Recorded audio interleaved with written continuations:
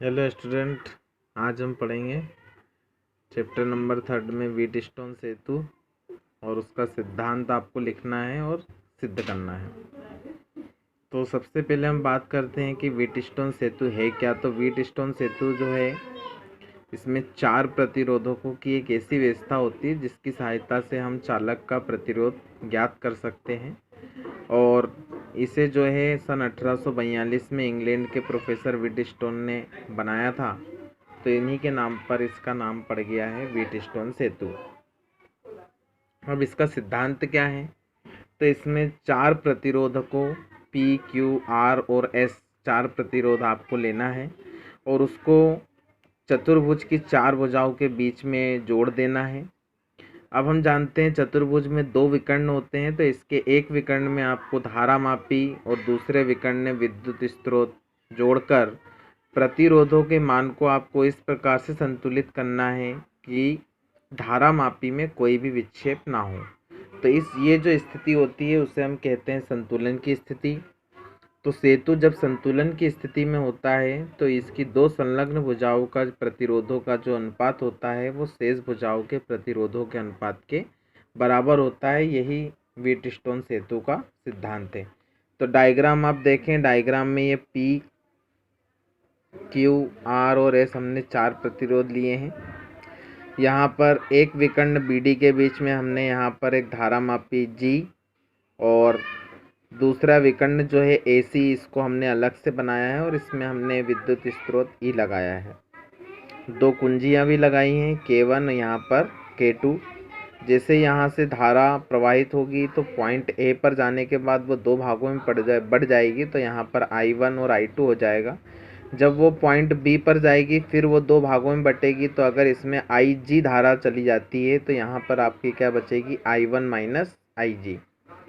Same ऐसी बात करें तो जब यहाँ से A से पॉइंट से धारा आएगी I2, यहाँ से आएगी IG, तो आगे जो धारा जाएगी वो जाएगी I2 प्लस IG।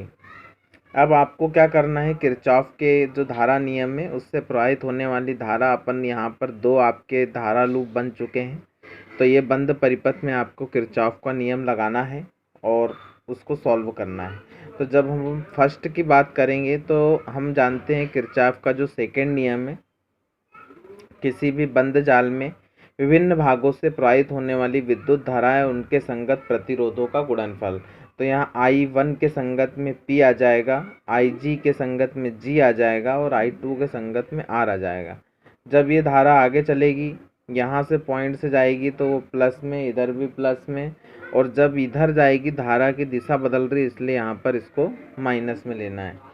तो आगे बढ़ेंगे किरचॉफ के नियम से, तो ये हो जाएगा I1P IgG माइनस I2R।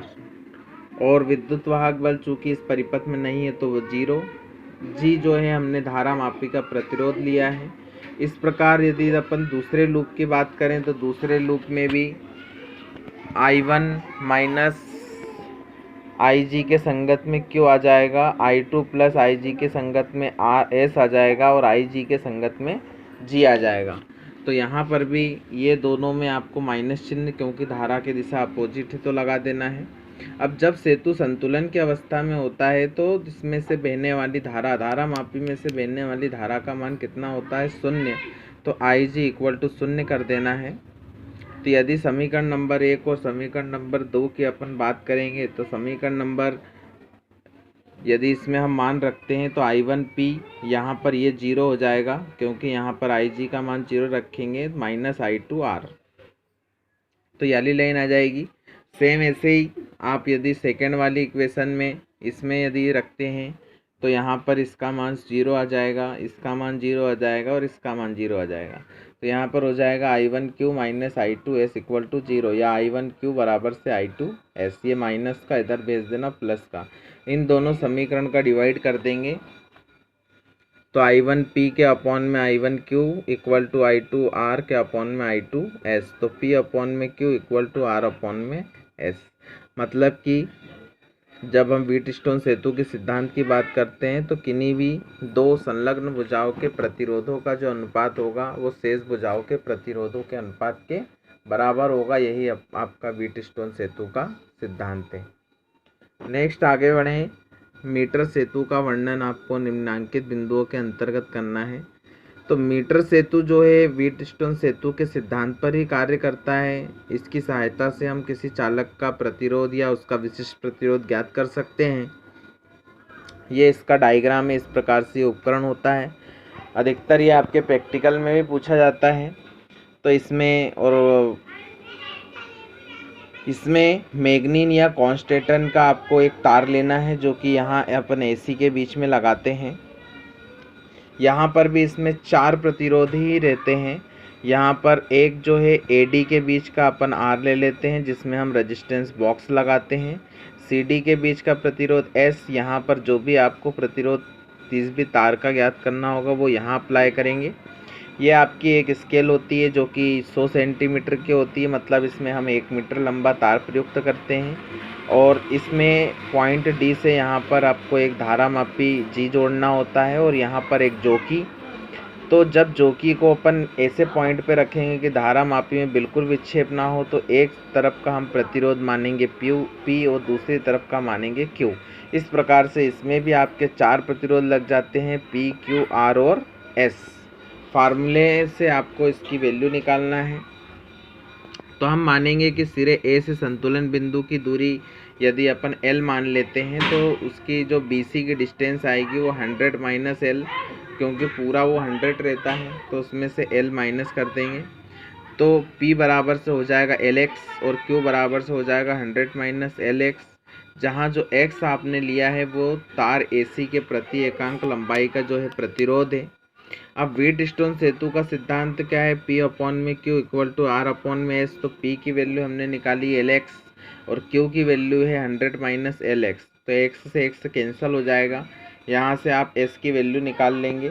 तो R और L का यदि आपको मान ज्ञात है तो इसकी सहायता से आप S का मान आसानी से निकाल सकते हैं। इसके बाद इसकी आपको प्रेक्षण सारणी में भी 4 चीज़ें, पहले ज्ञात प्रतिरोध, फिर सिरे ए से संतुलन बिंदु की दूरी, फिर 100 माइनस एल जो फार्मूला आपने अप्लाई किया है वो। फिर इसकी सावधानियाँ, तो सभी संयोजी पेज जो रहना चाहिए वो अच्छी तरह से कसे होना चाहिए। और विद्युत धारा आप तभी प्रवाहित करेंगे जब आपको पाठ्यांक लेना हो, अन्यथा तार जो है वो गर्म हो जाएगा तो इसका आपको सही पाठ्यांक प्राप्त नहीं होगा।